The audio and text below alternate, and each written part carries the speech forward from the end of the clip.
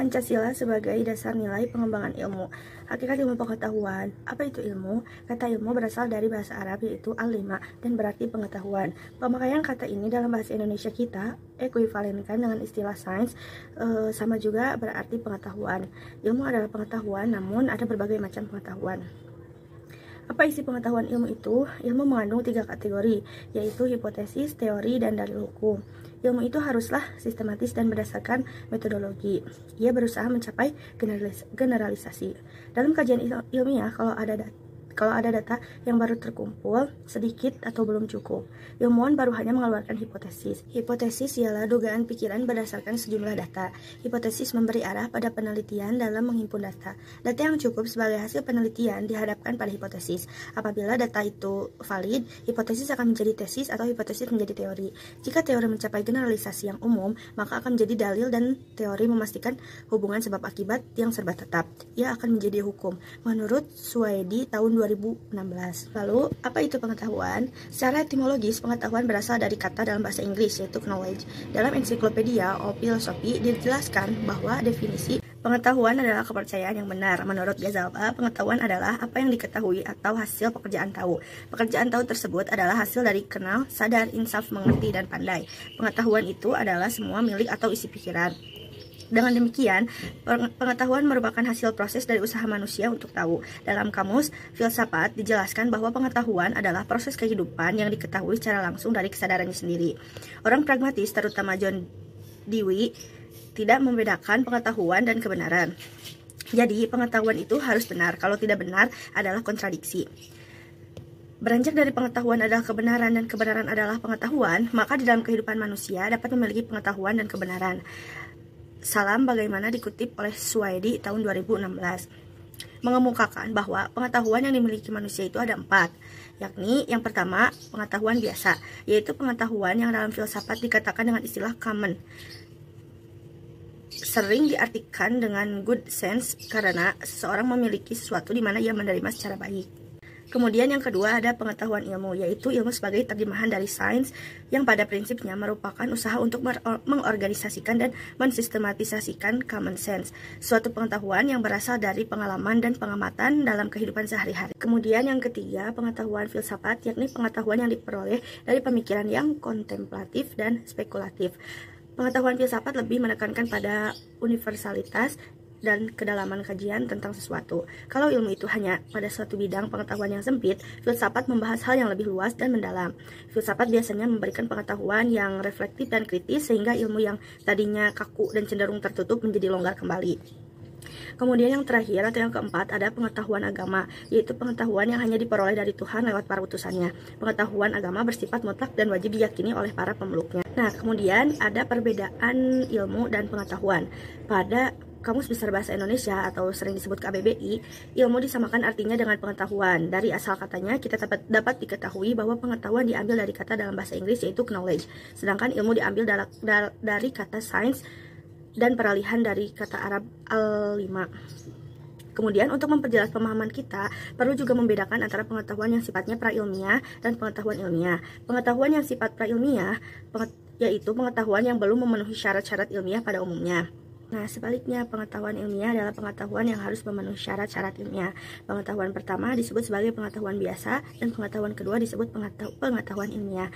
Dan adapun syarat yang dimiliki oleh pengetahuan ilmiah, salah satunya yaitu harus memiliki objek tertentu. Dan adapun syarat-syarat yang dimiliki oleh pengetahuan ilmiah, yaitu harus memiliki objek tertentu, harus bersistem, memiliki metode tertentu, dan sifatnya umum. Yang pada dasarnya, pengetahuan berbeda dengan ilmu. Perbedaan itu terlihat dari sifat sistematisnya dan cara memperolehnya. Dalam perkembangannya, pengetahuan dengan ilmu bersinonim arti, sedangkan dalam arti material, keduanya mempunyai perbedaan, menurut Suwaidi tahun 2016. Dari hal tersebut, maka dapat diketahui bahwa ilmu adalah sebuah pengetahuan yang berobjek, bersistem, bermetode, dan bersifat universal. Setiap ilmu pasti adalah pengetahuan, namun tidak semua pengetahuan itu adalah ilmu. Perkembangan iptek. Manusia menemukan iptek karena manusia kembali pada jalan pikir yang rasional. Setelah manusia berhasil memperdalam ilmu pengetahuan, maka produk dari ilmu tersebut adalah teknologi. Ilmu pengetahuan berkembang melangkah secara bertahap menurut dekade waktu ke waktu dan menciptakan zamannya. Dimulai dari zaman pra-Yunani kuno, abad pertengahan, Renaissance, zaman modern, dan zaman kontemporer. Hal tersebut diuraikan oleh Surajio pada tahun 2004. Berikut ini. Ada 1. Zaman pra-Yunani kuno. Pada masa ini, manusia masih menggunakan batu sebagai peralatan. Oleh karena itu, zaman pra-Yunani kuno disebut juga zaman batu yang berkisar antara 4 juta tahun sampai 20.000 tahun. Pada zaman ini ditandai oleh kemampuan know-how dalam kehidupan sehari-hari yang didasarkan pada pengalaman. Pengetahuan yang berdasarkan pengalaman itu diterima sebagai fakta dengan sikap receive mind. 3. Kemampuan menemukan abjad dan sistem bilangan alam sudah menampakkan perkembangan. 4. Pemikiran manusia ke tingkat abstraksi. 5. Kemampuan menulis, berhitung, menyusun kalender yang didasarkan atas sintesa terhadap hasil abstraksi yang dilakukan. 6. Kemampuan meramalkan suatu peristiwa atas dasar peristiwa sebelum-sebelumnya yang belum pernah terjadi. Lalu ada zaman Yunani kuno. Yunani pada masa itu dianggap sebagai gudang dari ilmu dan filsafat, karena bangsa Yunani pada masa itu tidak lagi mempercayai mitologi-mitologi.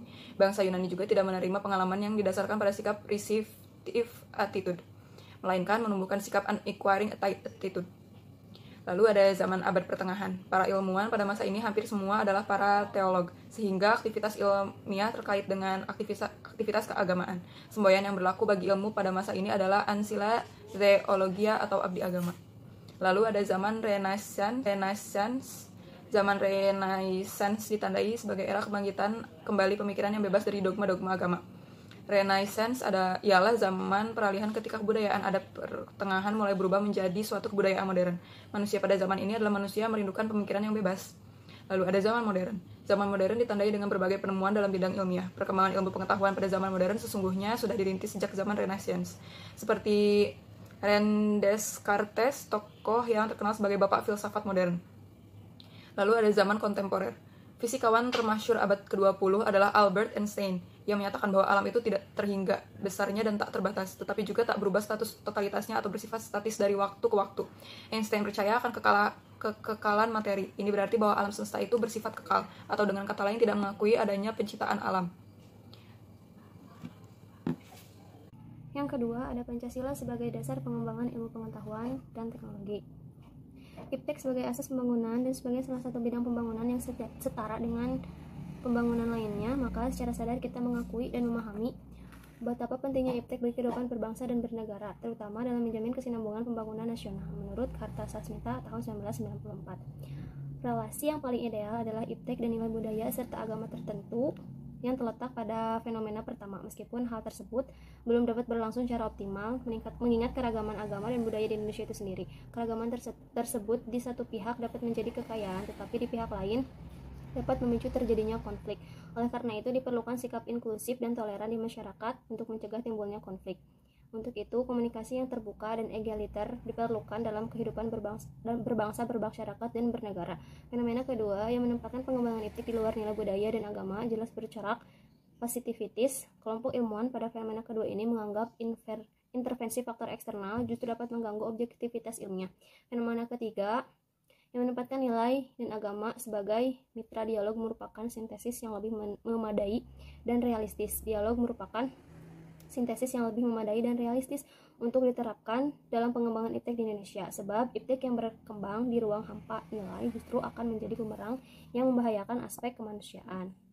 Nilai-nilai Pancasila sebagai pengembangan ilmu pengetahuan dan teknologi yang terkandung dari setiap sila-sila Pancasila diuraikan menjadi yang pertama ada nilai ketuhanan sebagai dasar pengembangan ilmu. Sila pertama yaitu ketuhanan yang Maha Esa. Sila ini memberikan dasar bahwa iptek tidak hanya memikirkan apa yang ditemukan, apa yang dibuktikan, dan yang diciptakan, tetapi juga harus dipertimbangkan maksud dan akibatnya, apakah merugikan manusia dan masyarakat serta alam sekitarnya atau tidak. Yang kedua ada nilai kemanusiaan sebagai dasar pengembangan ilmu. Sila kedua yaitu kemanusiaan yang adil dan beradab. Sila ini memberikan dasar moralis bahwa manusia dalam mengembangkan iptek haruslah dengan cara-cara yang beradab, harus berdasarkan pada hakikat dan tujuan dan demi kesejahteraan umat manusia. Iptek bukan untuk kesombongan, kecongkakan, dan keserakahan manusia, tetapi juga untuk meningkatkan harkat dan martabat manusia. Yang ketiga ada nilai persatuan sebagai dasar pengembangan ilmu. Sila ketiga yaitu persatuan Indonesia. Sila ini mendasari bahwa iptek hendaknya dapat menumbuhkan rasa nasionalisme, rasa kebesaran bangsa, serta rasa keluhuran bangsa sebagai bagian dari umat manusia yang ada di dunia. Yang keempat ada nilai kerakyatan sebagai dasar pengembangan ilmu. Sila keempat, kerakyatan yang dipimpin oleh hikmat kebijaksanaan dalam permusyawaratan perwakilan. Sila ini mendasari bahwa pengembangan iptek itu haruslah bersifat demokratis. Artinya, Ilmuwan memiliki kebebasan untuk mengembangkan iptek, namun ilmuwan juga harus menghormati dan menghargai kebebasan orang lain serta memiliki sikap yang terbuka untuk dikritik, dikaji ulang maupun dibandingkan dengan penemuan dari teori yang lainnya. Yang kelima ada nilai keadilan sebagai dasar pengembangan ilmu. Sila kelima yaitu keadilan sosial bagi seluruh rakyat Indonesia.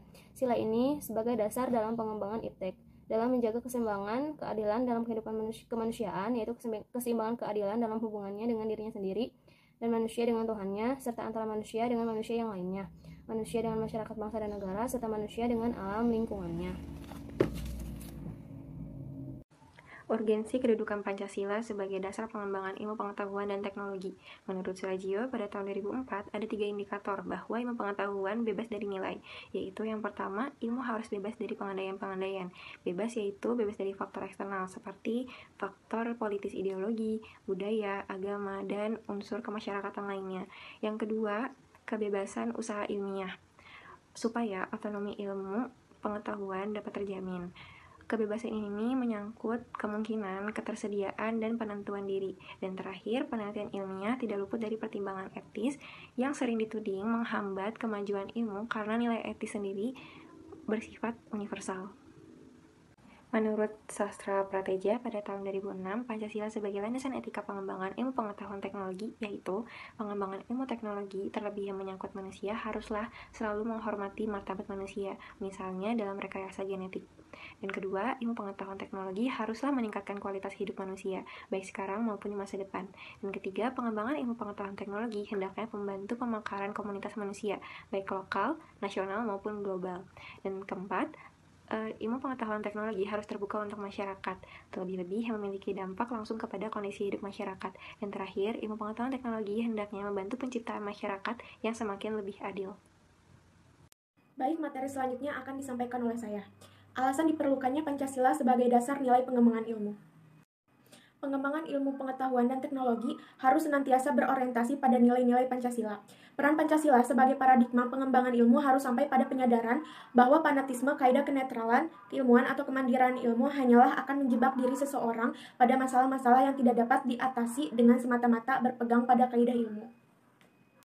Mengapa Pancasila menjadi dasar nilai pengembangan ilmu? Yang pertama adalah kerusakan lingkungan yang ditimbulkan oleh adanya iptek, mengakibatkan generasi yang akan datang menerima resiko yang rawan bencana. Yang kedua adalah penggunaan benda-benda teknologi yang menggantikan peran nilai-nilai luhur. Tidak hanya itu, terdapat perkembangan iptek yang didominasi negara-negara barat dengan politik global ikut mengancam nilai-nilai khas dalam kehidupan bangsa Indonesia, seperti spiritualitas, gotong royong, solidaritas, musyawarah, dan cita rasa keadilan.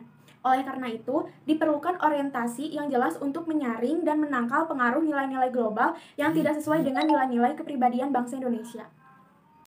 Selanjutnya adalah dinamika dan tantangan Pancasila sebagai landasan pengembangan iptek. Para penyelenggara negara pada umumnya hanya menyinggung masalah pentingnya keterkaitan antara pengembangan ilmu dan dimensi kemanusiaan atau humanis. Sementara itu, tantangan terhadap Pancasila sebagai dasar pengembangan iptek di Indonesia yaitu yang pertama adalah kapitalisme yang sebagai menguasai perekonomian dunia, termasuk Indonesia. Akibatnya, ruang bagi penerapan nilai-nilai Pancasila sebagai dasar pengembangan ilmu menjadi terbatas.